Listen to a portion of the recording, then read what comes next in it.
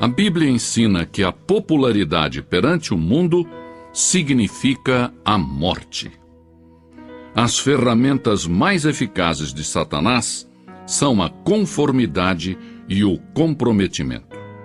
Ele sabe que um homem plantado no meio de um povo pagão é capaz de fazer com que muitas pessoas se voltem para Deus e declarem: porque não me envergonho do Evangelho de Cristo, que é o poder de Deus para a salvação de todo aquele que crê. Romanos 1,16.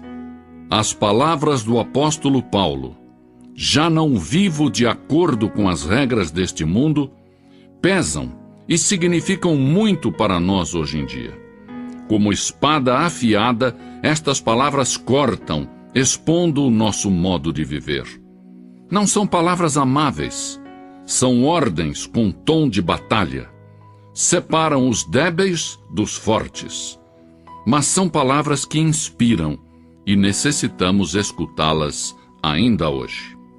Primeiro, não moldemos nossas mentes segundo este mundo, de acordo com a sua propaganda, a sua conversação, a sua filosofia.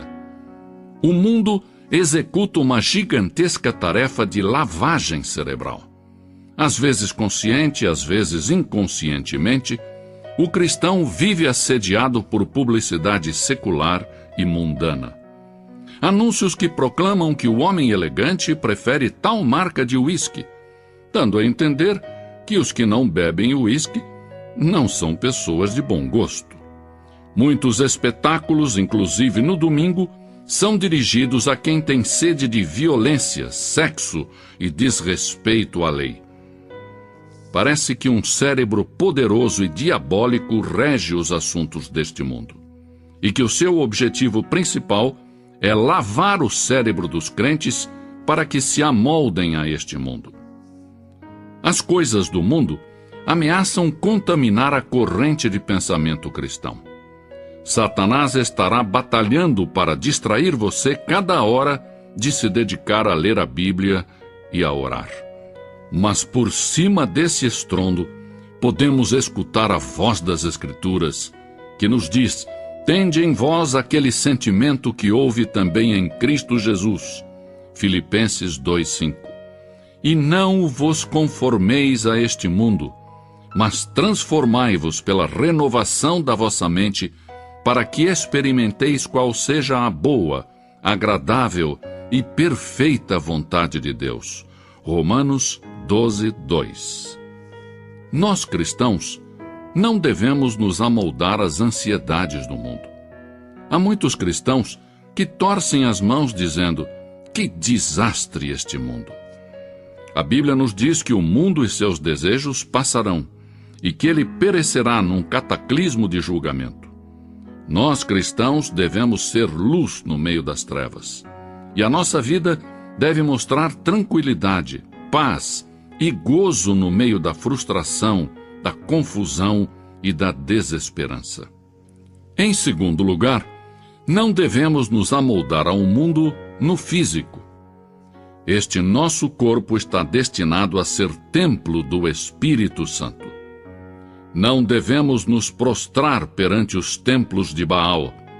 Devemos apresentá-lo completo a Deus, como sacrifício vivo. O nosso vestir, as nossas atitudes e os nossos atos devem ser todos para a honra e a glória de Cristo.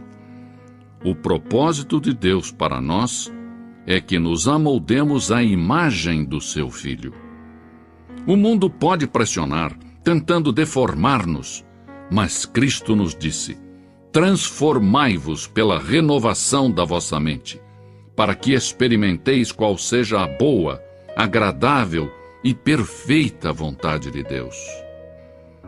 Em terceiro lugar, não devemos nos moldar ao mundo no aspecto social. O mundo tenta nos absorver, metendo-nos em sua sociedade secular e moldando-nos à sua imagem mundana. Mas Cristo nos estimula a não nos ajustarmos a esses critérios. Disse sobre os que creem nele: eles não são do mundo, assim como eu não sou do mundo. João 17:16. Uma grande parte da nossa conversação é mundana e não espiritual. É fácil copiar os hábitos do mundo e passar as noites falando de política, de esportes, modelos de automóveis ou espetáculos da moda. Muitas vezes, esquecemos que acerca da santa conversação devemos edificar-nos uns aos outros e que devemos ocupar-nos das coisas celestiais e não exclusivamente das terrestres. É certo que Jesus comeu com publicanos e pecadores, mas ele não se deixou ser absorvido e moldado pelo grupo. Ao contrário, ele aproveitou cada oportunidade para apresentar a verdade espiritual e levar as almas da morte para a vida. Os nossos contatos sociais devem ser não apenas agradáveis, mas também úteis, como oportunidades para compartilhar a nossa fé com aqueles que ainda não conhecem a Cristo de perto. Em quarto e último lugar, não devemos nos moldar ao mundo quanto ao aspecto espiritual. Não devemos ajustar-nos àquele que o mundo define como religioso, mas devemos esforçar-nos para cumprir o que Deus exige para sermos seus discípulos. Nos tempos de Isaías, nenhuma nação era tão religiosa quanto Israel. O templo, estava sempre cheio. O sangue dos sacrifícios fluía no altar. O povo observava estritamente as festas religiosas, e na casa de Deus ressoavam as orações. Mas o culto de Israel carecia de profundidade, de devoção genuína. A nação estava deteriorando a moral, apesar de que as multidões enchiam o templo. Pela boca de Isaías, Deus então disse: Não continueis a trazer ofertas vãs. O incenso é para mim abominação. As luas novas, os sábados e as convocações de assembleias, não posso suportar a iniquidade e o ajuntamento solene. Isaías 1:13. Logo, Isaías indicou ao povo como voltar a obter o favor de Deus. A este povo que era membro da igreja, a este povo que tinha sido educado de acordo com as formalidades das suas leis religiosas, mas que não vivia corretamente durante a semana. Isaías os advertiu acerca do castigo divino. Logo, disse-lhes como se purificar do seu pecado. Isaías disse: Lavai-vos, purificai-vos, tirai de diante dos meus olhos a maldade dos vossos atos. Cessai de fazer o mal. Vinde, pois, e arrazoemos, diz o Senhor. Ainda que os vossos pecados são como a escarlata, eles se tornarão brancos como a neve. Ainda que são vermelhos como o carmesim, tornar-se-ão como a lã branca. Isaías 1:16, 18. Há milhares de pessoas que não se entregam a Jesus Cristo porque se moldaram ao mundo. Temem ser chamados de fanáticos ou de puritanos. Mas o cristão verdadeiro não é conformista. Assim, apelo aos cristãos de todas as partes que se tornem seguidores fiéis de Jesus Cristo, que não se amoldem ao mundo, mas antes, dia após dia, se transformem na própria imagem da pessoa de Jesus Cristo. Disse Jesus: Quem não leva a sua cruz e não me segue, não pode ser meu discípulo. Pois qual de vós, querendo edificar uma torre, não se senta primeiro a calcular os gastos para ver se tem com o que acabar? Para que não aconteça que depois de colocar os alicerces, e não a podendo acabar, todos os que a virem comecem a zombar dele, dizendo: Este homem começou a edificar e não pôde acabar. Lucas 14, 27 a 30. O que Jesus quer dizer a você é: se você vai servir a mim, então sente-se e calcule o custo. Quando abordamos a palavra de Deus, enfrentamos 3 problemas. Primeiro, o intelectual. Na atualidade não é tão problemático como foi há alguns anos. Quando eu ia à escola, a ciência parecia oposta à palavra de Deus. Na atualidade, muitos cientistas creem em Deus. Mas o problema intelectual que eu enfrentava é semelhante aos que muitos enfrentam hoje. Eu tinha que decidir quem era Jesus Cristo. Era o Filho do Deus vivo? Era o caminho, a verdade e a vida? Jesus era a encarnação de toda a verdade científica, psicológica, moral e espiritual?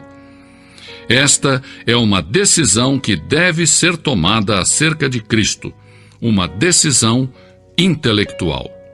A Bíblia tem algumas coisas a dizer sobre a mente. Temos que amar ao Senhor com todo o nosso coração, toda a nossa alma e todo o nosso entendimento. Tende em vós aquele sentimento que houve também em Cristo Jesus, diz a Bíblia. A mente é importante, mas é preciso recordar que tem sido afetada pelo pecado. Não é possível chegar a Jesus Cristo somente de forma intelectual. Esse passo deve ser tomado por meio da fé. Foi por fé que eu disse: Senhor Jesus, eu creio que és quem disseste ser, o Filho do Deus vivo, o Criador do universo, que morreu na cruz pelos meus pecados e se levantou outra vez para minha justificação. Creio, Senhor, que irás regressar para estabelecer o teu reino. Sei que és o meu Salvador e por fé te aceito.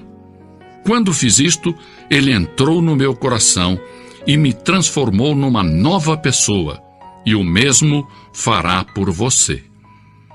O segundo problema que enfrentamos ao comparecer diante de Jesus é da natureza moral.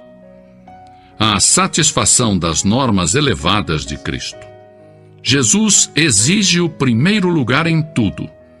As pessoas chegam a Cristo sabendo que tem que pagar um preço. Não pode levar consigo seus pecados sujos. Terão que deixar de mentir, de deitar-se com a mulher ou o homem que não seja o seu cônjuge, de burlar na escola ou no serviço. Tem que gastar tempo estudando a palavra de Deus para mostrar-se aprovado a Deus, como obreiros que nada têm do que se envergonhar. Todas estas coisas são custosas. Você está disposto a pagar o preço? Não é possível levar uma vida limpa na atualidade. Só há uma maneira: com Cristo no seu coração. O apóstolo Paulo disse: já estou crucificado com Cristo, e vivo não mais eu, mas Cristo vive em mim. Gálatas 2:20. As Escrituras dizem: pois o pecado não terá domínio sobre vós. Havia uma época em que o pecado reinava na sua vida. Mas quando você aceita Cristo, o pecado já não domina mais você. Cristo reina e pode ajudar você a satisfazer as altas normas morais e éticas que Ele mesmo estabeleceu. De imediato, o aceitar a Cristo não nos fará perfeitos. Suponhamos que você aceite a Cristo e se rebele e caia. O que acontece? Diga então imediatamente: ó Senhor, lamento, perdoa-me. Eu me afasto deste pecado com a tua ajuda e não quero voltar a cometê-lo. Se você o confessar, Ele, Jesus, é fiel e justo para perdoá-lo. Se tem pecado, corra para Ele e diga: Senhor, tenho pecado, me arrependo e eu me rendo perante a Ti. O terceiro problema ao aceitar a Cristo é emocional, porque em realidade todos nós somos mente, vontade e emoções. Deus quer ser o Senhor da sua carreira, do seu casamento, das suas amizades, da sua moralidade. Quer que entreguemos tudo. Ninguém diz que tem que chorar ou rir quando aceitar a Cristo, mas não se pode olhar na cruz e entender o seu significado profundo sem sentir-se comovido pelo fato de que Deus enviou seu Filho, o Senhor Jesus Cristo, para que derramasse o seu sangue e morresse por você, para que você pudesse ter perdão dos seus pecados e vida eterna com Deus. Deus nos faz 3 chamadas. Primeiro, nos chama à pessoa de Jesus Cristo. Vinde, pois, e arrazoemos, diz o Senhor, ainda que os vossos pecados são como a escarlata, eles se tornarão brancos como a neve. Isaías 1:18. Podem embranquecer-se como a neve devido à cruz, ao sangue que Jesus ali verteu e que nos purifica de todo o pecado. Por isso, Deus chama você a Cristo. Não é uma chamada à igreja, à família, nem à nação. É uma chamada a uma pessoa, a Jesus Cristo. Em segundo lugar, Deus nos chama à consagração. A palavra consagração significa apartar-se. Nós podemos nos dedicar, mas somente Deus pode nos consagrar. Rogo-vos, pois, irmãos, pela compaixão de Deus, que apresenteis os vossos corpos como um sacrifício vivo, santo e agradável a Deus. Romanos 12:1. Pense na sua vida como se fosse uma casa para a qual você tem um molho de chaves. Quando você responde à chamada de Cristo para a salvação, você entrega a Deus a chave da porta principal. Entrega a sua vida a Cristo como Salvador e Senhor. E aí, em resposta à chamada de Deus à consagração, você entrega todas as outras chaves a Deus. Para uma mãe ou um pai, isso significa entregar o seu bebê a Deus. Para um negociante, isso quer dizer entregar a Deus as chaves da sua empresa. Para um estudante, implica em entregar a Deus as chaves da sua educação e sucessivamente dar a Deus as chaves dos seus romances, do seu futuro casamento. Cristo torna-se Senhor de toda a sua vida. A Bíblia nos diz, portanto, assim como recebestes a Cristo Jesus, o Senhor, assim também nele andai. Colossenses 2:6. Em terceiro e último lugar, Deus nos chama a servir. Ah, quem me dera que tivéssemos neste momento 1 milhão de jovens que dissessem: Senhor, irei aonde Tu queres que eu vá, e serei o que queres que eu seja. Sim, Deus os necessita, requer enfermeiras e doutores, negociantes e políticos, líderes cristãos que estão dispostos a pagar o preço, dar um passo à frente e servir a Cristo. O Senhor considerou que a oração era mais importante do que o alimento, já que a Bíblia nos relata horas antes da refeição matinal. De madrugada, quando ainda estava escuro, Jesus levantou-se, saiu de casa e foi para um lugar deserto, onde ficou orando. Marcos 1:35. Para o Filho de Deus, a oração era mais importante do que reunir grandes multidões. A Bíblia declara: e reunia muitas pessoas para ouvi-lo e para que os curasse de suas enfermidades. Porém, ele se recolhia em lugares desertos e orava. As horas preciosas de companheirismo que ele desfrutava com seu Pai Celestial significavam muito mais para o nosso Salvador do que o sono. E sabemos disso porque a Bíblia nos diz: num daqueles dias, Jesus saiu para o monte a fim de orar e passou a noite orando a Deus. Lucas 6:12. De maneira que Deus responde às orações. Porém, algumas orações recebem como resposta um sim e outras um não. Então, o que podemos dizer sobre as orações sem resposta? A Bíblia diz que existem razões específicas para as orações que não recebem resposta. Pode ser que a sua oração não tenha recebido resposta por causa da desobediência. Um filho desobediente não pode esperar se dar bem. A Bíblia afirma em Deuteronômio 28:15: Entretanto, se vocês não obedecerem ao Senhor, o seu Deus, e não seguirem cuidadosamente todos os seus mandatos e decretos que hoje lhes dou, todas estas maldições cairão sobre vocês. Quem sabe você não recebe resposta para sua oração devido a um pecado oculto. Davi disse com convicção: se eu acalentasse o pecado no meu coração, o Senhor não me ouviria.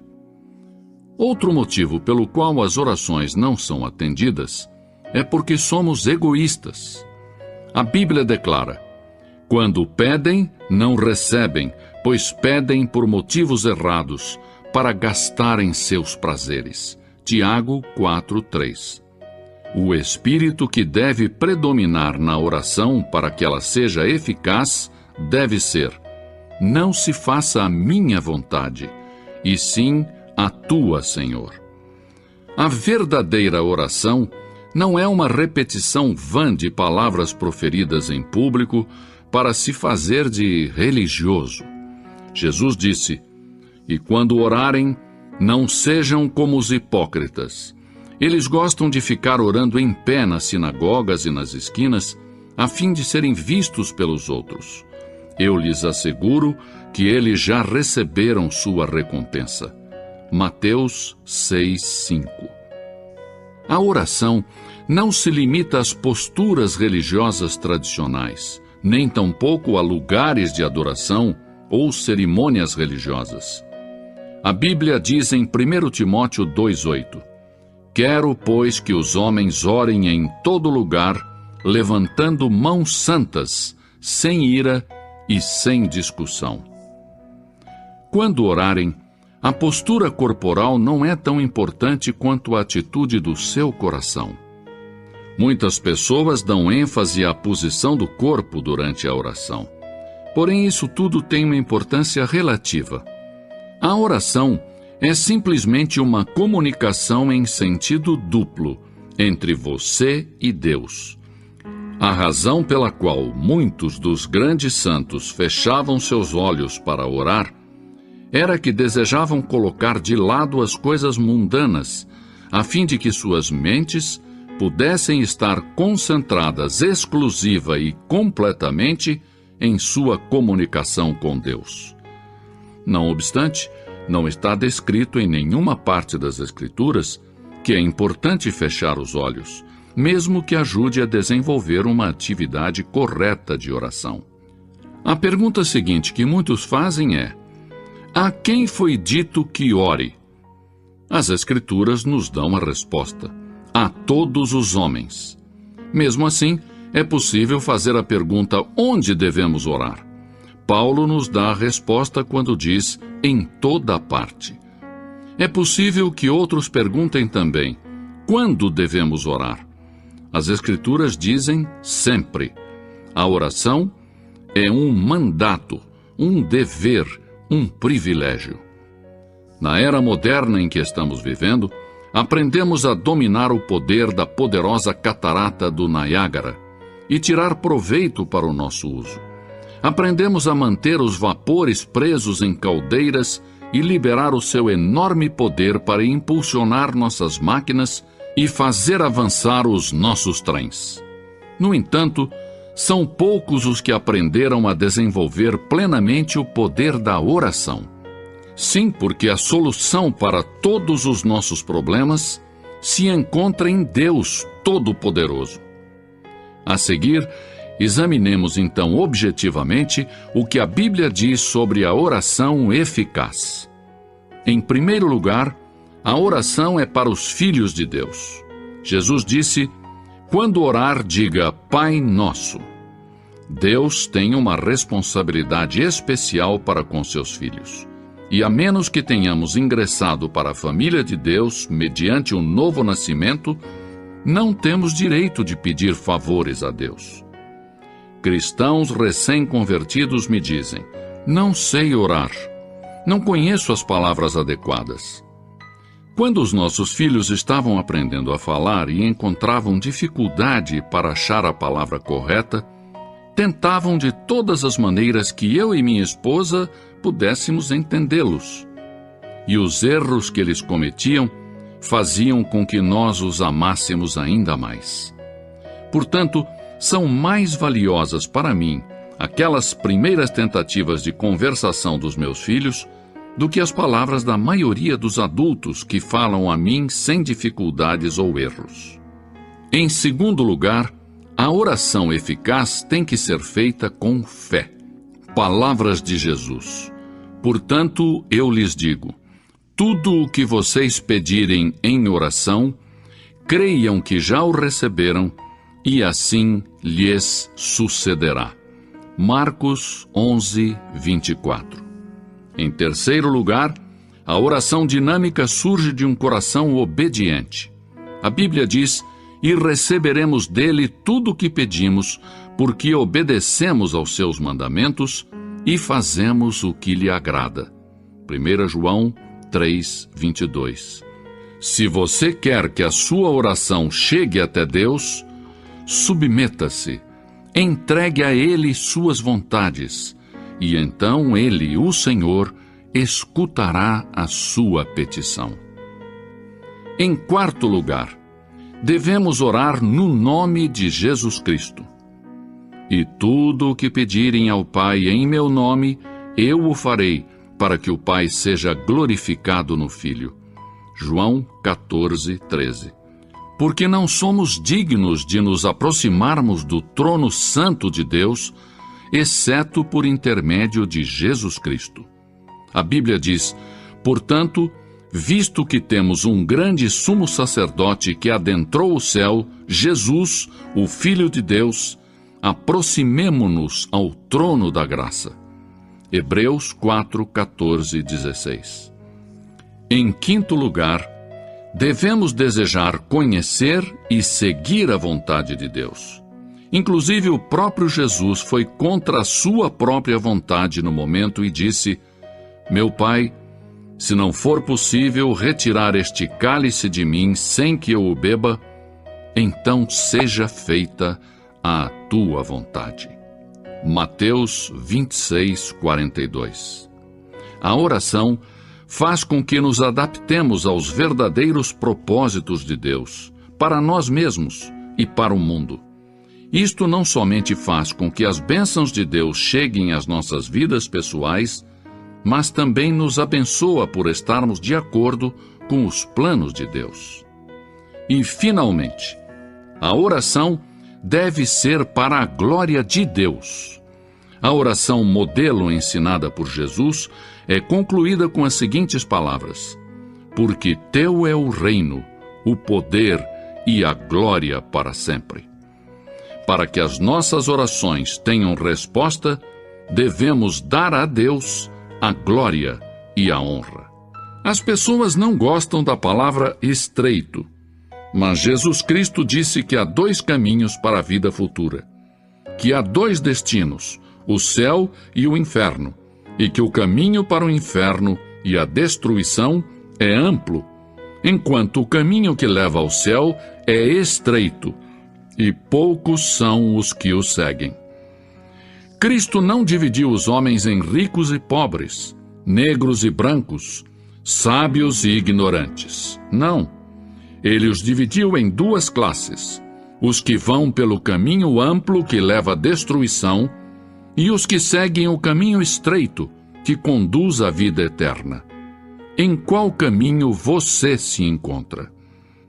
Você pode entrar no caminho amplo sem nenhum esforço, viajar pelo caminho dos pervertidos sexuais, os traficantes de drogas, os assaltantes, os homicidas. Muitas pessoas que estão nas igrejas também andam por esse caminho. Mateus, o evangelista, nos conta que na mesma ocasião em que Jesus falava sobre o caminho amplo, descreveu algumas pessoas que pensavam estar andando rumo ao céu, mas que ao chegarem ouviram dizer: nunca os conheci. Eles então protestaram e disseram: Senhor, até expulsei demônios em teu nome, eu fui evangelista, eu fui isto ou aquilo.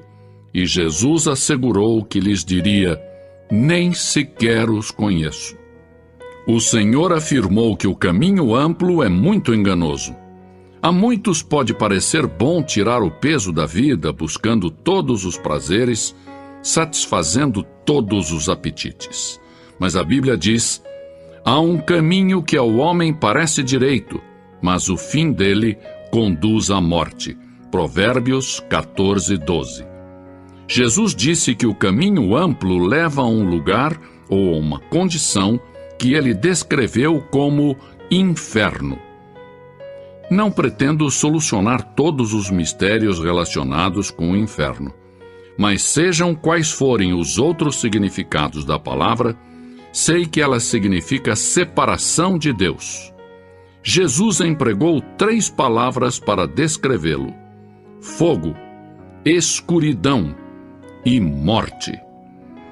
A Bíblia ensina que Deus não se deleita com o fato de que hajam seres humanos que vão pelo caminho amplo que leva ao inferno. Declara que Deus nos ama e que enviou o seu Filho para que não nos perdêssemos. Enviou o Espírito Santo para que nos ensinasse e nos fará conscientes dos nossos pecados, a fim de que não nos extraviemos. Deus jamais quis que você terminasse ali. Será a sua própria decisão. Jesus disse que o caminho é estreito e a porta apertada, e que Ele mesmo é a porta. Eu sou a porta, disse Jesus. Aquele que por mim entrar será salvo. E nos disse: não procurem entrar por outro caminho. É o que fazia um ladrão. Há somente uma porta. Disse Jesus: eu sou o caminho, a verdade e a vida. Ninguém vem ao Pai, senão por mim. Ele disse: ninguém vem ao Pai. Não disse vai ao Pai. Ele disse: ninguém vem ao Pai, porque ele disse também: eu e o Pai somos um. Talvez você me dirá: Dr. Billy Graham, isso eu não aceito.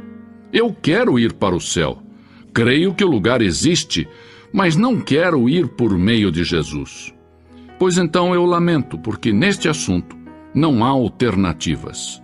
A Bíblia não me autoriza a regatear com as almas, nem a oferecer normas menos elevadas. É verdade que vivemos numa era de tolerância, em que se pode crer em qualquer coisa, mas também é certo que existem leis em todos os aspectos da vida. E Jesus nos tem dado um regulamento preciso acerca de como chegar ao céu. Segundo as Escrituras, o céu é um dom de Deus, devido ao que fez o seu Filho Jesus Cristo na cruz. Como será o céu? Do mesmo modo em que há um mistério quanto ao inferno, há quanto ao céu. Todavia, creio que a Bíblia ensina que o céu é um lugar concreto. Será uma das estrelas? Não sei, e não me aventuro a especular a esse respeito. A Bíblia não nos diz. Creio que ali no espaço, onde há milhões de galáxias, cada qual com um diâmetro de 100.000 anos-luz ou mais, Deus poderá achar algum lugar para nos colocar no céu. Não me preocupa a sua localização. Sei que será onde Jesus está. Ali é o céu. Jesus disse aos seus seguidores: vou preparar um lugar para vocês. Nos diz que Abraão esperava a cidade que tem fundamentos, cujo arquiteto e construtor é Deus. Nesta vida, não há nada permanente, nada duradouro. Mas existem algumas coisas que sabemos sobre o céu. Uma delas é que será o nosso lar. Na vida futura, nós que conhecemos a Cristo, seremos semelhantes a Ele. Não haverá discriminação racial, nem pobreza, nem guerra. A polícia não terá trabalho algum. A utopia com a qual temos sonhado, que achávamos impossível construir na Terra e que não obtivemos êxito, essa vai estar no céu. O céu será um lugar de serviço. Alguns creem que a vida celestial consistirá em ficar apenas sentado debaixo de uma palmeira, sem fazer nada. Mas no livro do Apocalipse 22:3, lemos que os seus servos o servirão. Isto significa que teremos trabalho a fazer. Um trabalho gostoso de fazer. O céu será um lugar no qual os mistérios se clarearão. Por que existiu sofrimento na terra? Por que perdemos os nossos entes queridos num momento determinado? Compreenderemos algo acerca da enormidade do pecado. Saberemos por que há um inferno e por que Deus permitiu que o diabo existisse por tanto tempo. Entenderemos algo como o preço que Cristo pagou na cruz pela nossa salvação, de uma forma que agora não conseguimos entender. Há 10.000 perguntas que eu quero fazer ao Senhor logo que eu chegar ao céu. Entre elas estarão os problemas que me são apresentados por estudantes universitários, aos quais não tenho podido responder porque são mistérios na Bíblia. Como muitos outros, tenho posto a minha confiança para a eternidade no fato de que a Bíblia é a verdade e que Jesus sabia muito bem o que dizia. Se você ainda não colocou a sua fé em Jesus, eu peço que você o faça já. Como indivíduo, você tem o direito de rejeitar a minha sugestão. Não está obrigado a crer no que eu tenho dito. Você tem o livre-arbítrio, a liberdade de escolha. Eu também possuo a mesma liberdade e aceitei a oferta da salvação feita por Deus por meio de Jesus Cristo. Ele tem dado respostas a muitas coisas da minha vida e me tem proporcionado paz, segurança, serenidade. Por último, direi que o céu será o lugar da coroação final do Rei dos Reis, quando Cristo será coroado Rei do Universo. Que dia maravilhoso será aquele! Eu anseio por ver a sua chegada. Tenho um assento reservado. Não foi adquirido com ouro nem com prata, mas com o sangue de Cristo na cruz. Os cristãos não devem andar cabisbaixos nem sem esperança, porque vamos rumo ao céu. O mundo não é o nosso lar. Temos que colaborar o máximo possível nesta terra, mas nós estamos a caminho de um mundo melhor. Quando compreendemos bem este fato, podemos servir melhor ao Senhor nesta vida. Os astronautas, antes de colocar os seus pés na Lua, fazem simulações e experiências para ficarem bem preparados. Se você pensa em colocar os seus pés no céu, terá que praticar um pouco enquanto está aqui na Terra. Terá que ensaiar pondo os seus pés na rocha dos séculos, que é Jesus Cristo. Afinal, em que caminho você está andando hoje? Em que direção você está viajando? Vai para a destruição pelo caminho largo, que parece no início agradável? Ou vai para a vida eterna, junto a Deus, rumo ao céu? Você pode escolher. Pode dar o primeiro passo. É custoso. Não é fácil entrar pela porta estreita. Não é fácil seguir a Cristo, mas é uma experiência gloriosa e cheia de maravilhas, ainda aqui na terra. Pense por um momento. Porque a Escritura diz, pela fé Moisés, quando o homem, talvez 17 ou 18 anos de idade, recusou ser chamado filho da filha do faraó. Recusou. Ele fez uma escolha, preferindo ser maltratado junto com o povo de Deus, a usufruir prazeres transitórios do pecado. Agora, observe que ele estava no Egito. Era filho da filha de Faraó, herdeiro do trono do Egito. E talvez seria o próximo Faraó. Mas ele fez uma escolha, porque sabia que seu povo, o povo de Israel, era escravo dos egípcios. E ele teve que tomar uma decisão no auge da sua glória. e no auge de tudo que lhe foi oferecido.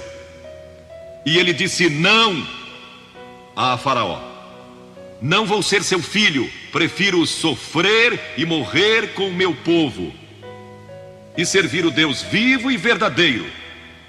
E foi exatamente o que ele fez. E conhecemos Moisés hoje como um dos grandes homens da história. Ele rejeitou os prazeres transitórios do pecado. E há uma diferença entre prazeres e alegria. Quem ama os prazeres empobrecerá, diz a Bíblia.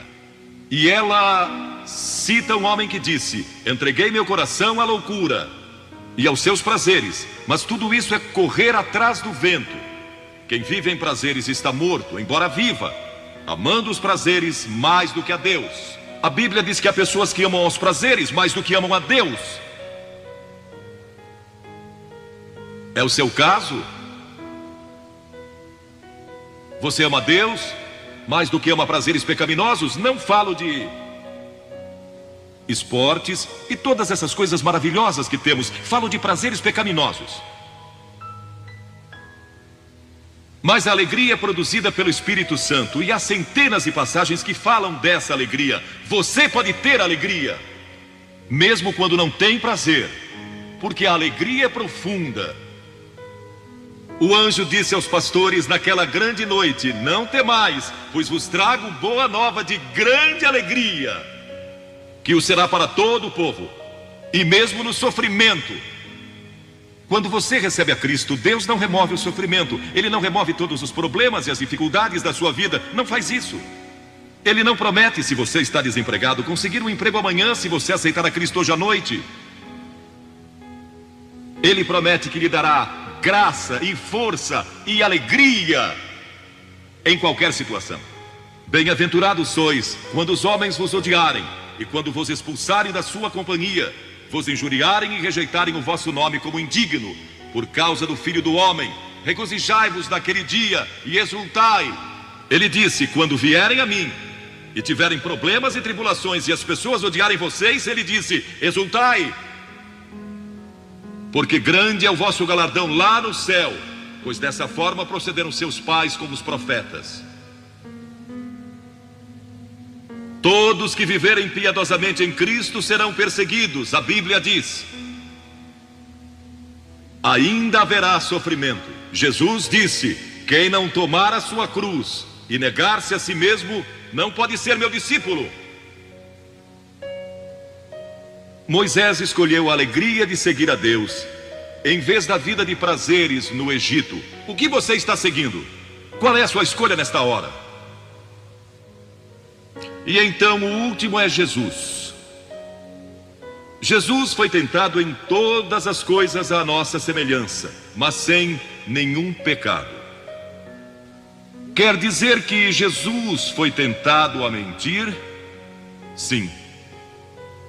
Que Jesus foi tentado a cobiçar? Sim.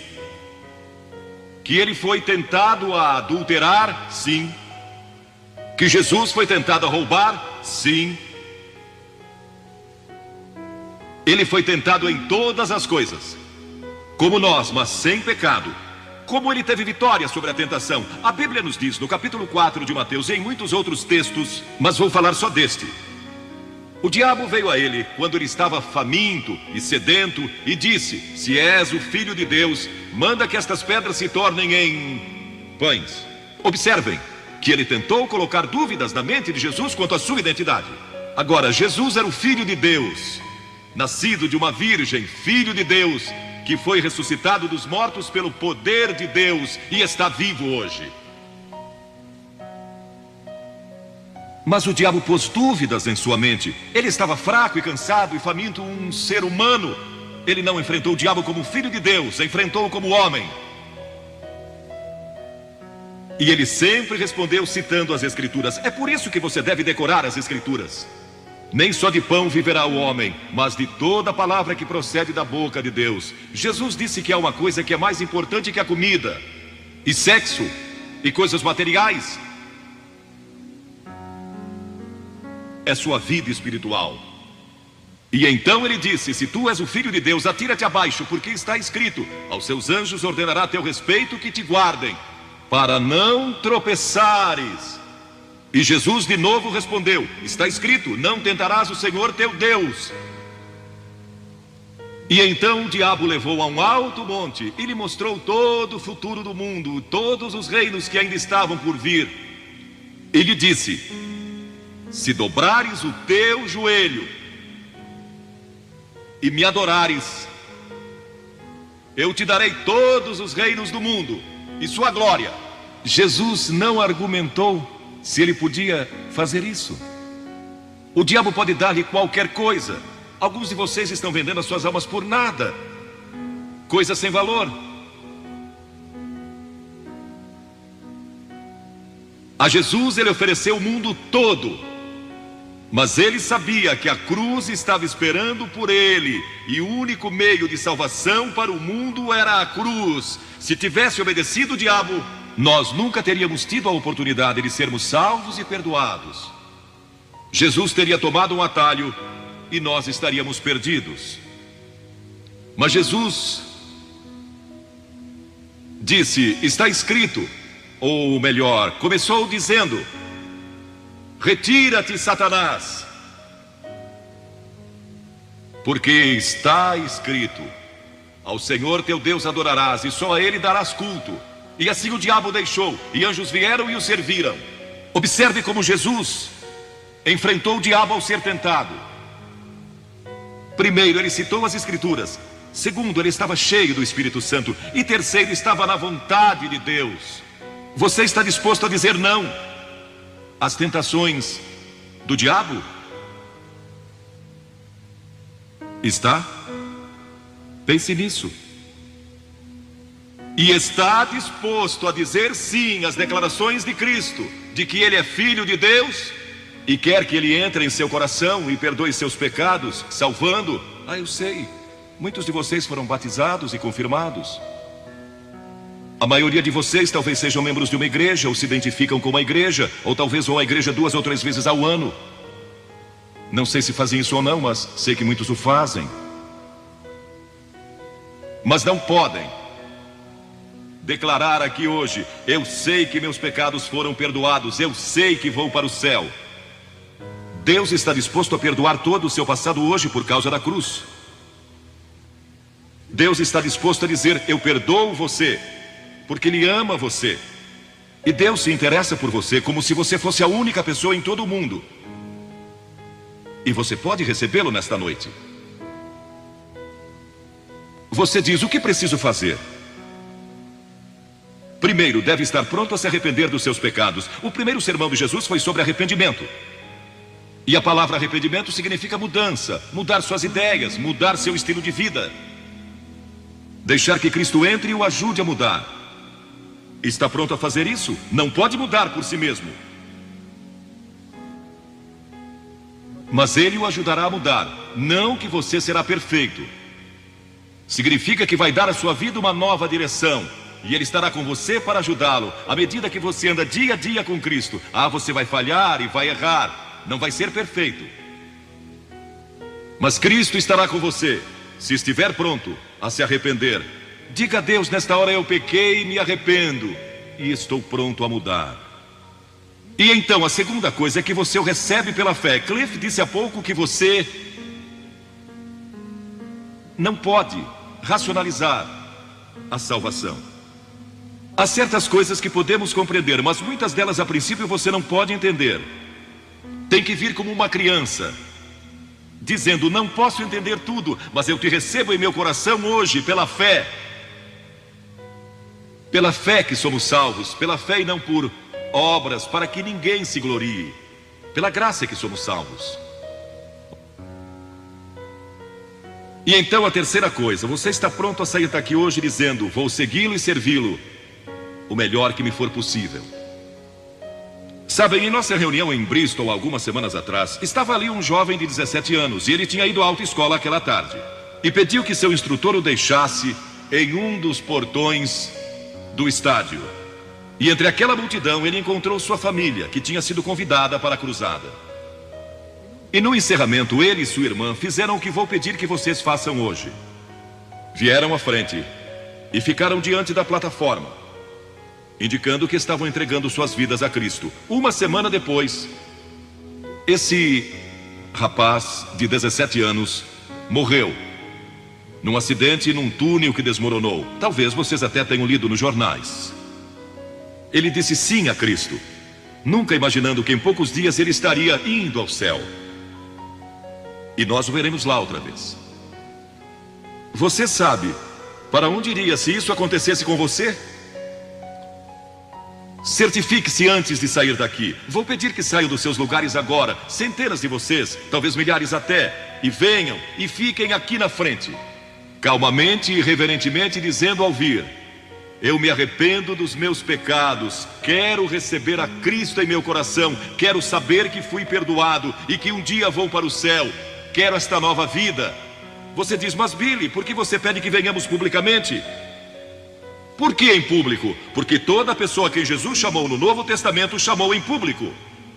Ele disse: se não estiver disposto a me confessar diante dos homens, tampouco eu o confessarei diante do meu Pai que está nos céus.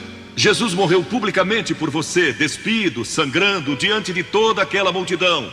Por você. Certamente você pode vir à frente hoje declarar sua entrega a Cristo. Não somente os jovens, talvez você tenha 70 ou 80 anos. E Deus falou com você hoje. Levante-se e venha. Vamos esperar por você. Você que está assistindo pela televisão, em outras partes da Inglaterra ou do mundo, também pode tomar uma decisão por Cristo agora. Entregue sua vida a Cristo hoje e tome a decisão que estas pessoas estão tomando, estas centenas de pessoas. Vimos mais de 3.000 pessoas todas as noites. Que Deus o ajude a tomar essa decisão hoje. Na Bíblia há um relato que desejo compartilhar. O relato que menciono fala de um jovem muito rico que veio até Jesus. Jesus saía a ensinar e pregar com seus 12 discípulos. E o homem se aproximou apressado e disse: o que devo fazer para alcançar a vida eterna? O homem que veio a Jesus era jovem, quase adolescente. E como vocês, desejava compreender seu destino, o significado e o propósito da sua vida. A Bíblia diz que ele estava procurando.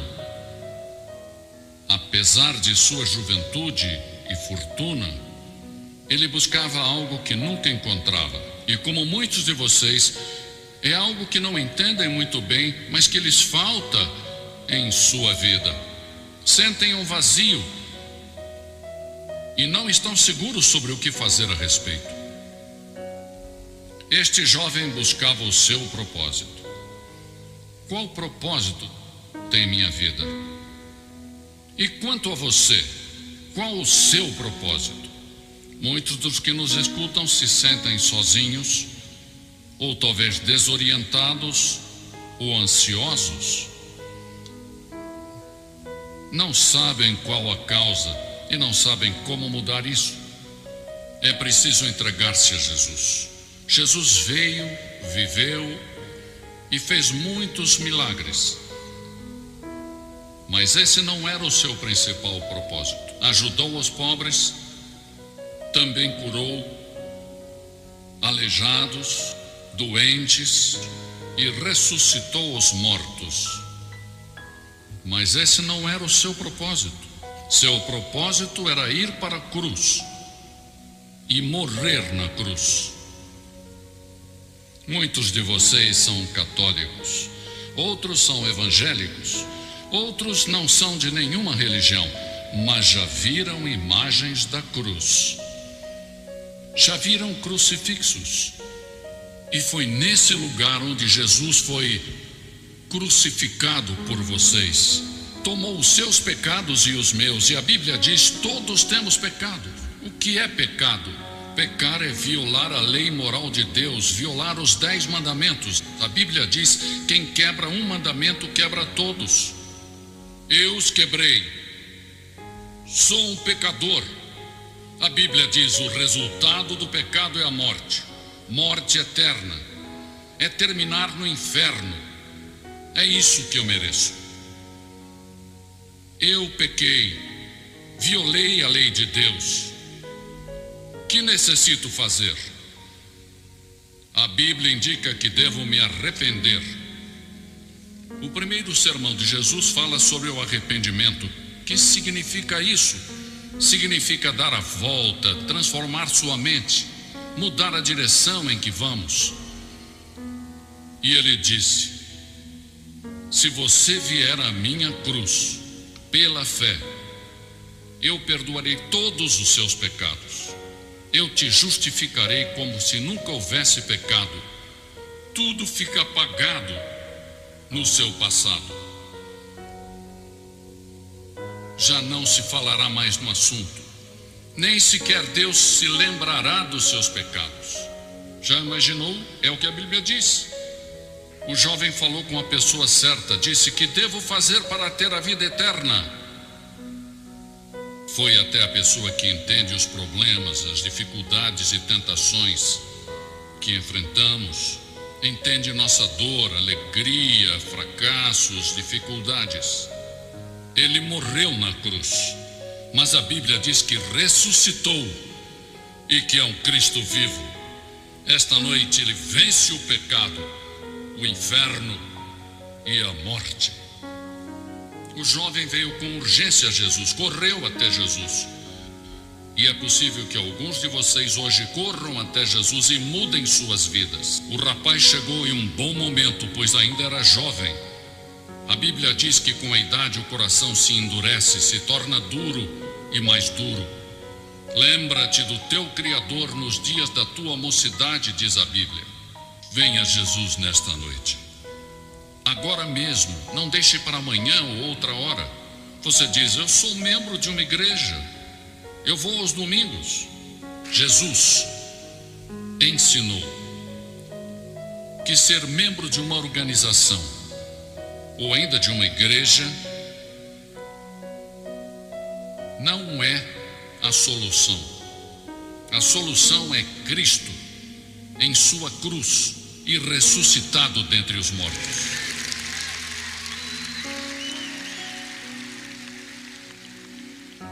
E esse jovem disse: que devo fazer? Ele buscava a vida eterna e disse: que devo fazer? Mas cometeu um erro ao pensar que poderia trabalhar para consegui-la. Não se pode trabalhar por ela. Deus a dá a você. Por fé, pela graça, Ele a dá, não a merecemos. Graça é um favor não merecido, é algo que não se ganha nem se merece. Deus oferece a sua graça esta noite, oferece o seu perdão. Jesus disse: pare e pense. Jesus disse: mas há um preço. Ele disse: há um custo. Se você quer vir a mim, deve abandonar todas as suas posses e dar tudo o que não necessite para os pobres. Depois venha e siga-me. É que Deus te ama, Cristo te ama. Inclusive, morrendo ali na cruz, teve a capacidade de pensar em você centenas de anos no futuro. Ele viu quando você ia nascer, ele viu toda a sua vida e disse: não importa o que Rosa, Maria ou Paulo façam, eu os amarei. Por isso ele se deixou crucificar, porque ele ama você. Ele não ama as pessoas pela cor da sua pele, pelo lugar onde vivem ou por seu estudo. Ele ama porque você é um ser humano criado à sua imagem e é potencialmente um filho de Deus perante Deus. Todos somos iguais diante de Deus. Deus não olha a cor da nossa pele. Somos iguais. E chegamos à cruz, e ao chegarmos à cruz, somos iguais. Ele não olha e diz: você é africano, brasileiro, oriental, se é branco, é europeu. Não. Esta noite, Jesus olha para você e diz: eu amo você. Eu amo você.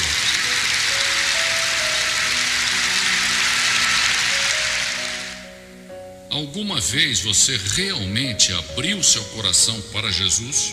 100% ou faltou uma parte? Não sabe o que fazer, se sente em uma encruzilhada? Em um livro sobre a geração X, o autor fala de paralisia por opção. É a tendência de não tomar uma decisão quando temos muitas opções. Há tantas opções que não tomamos decisão.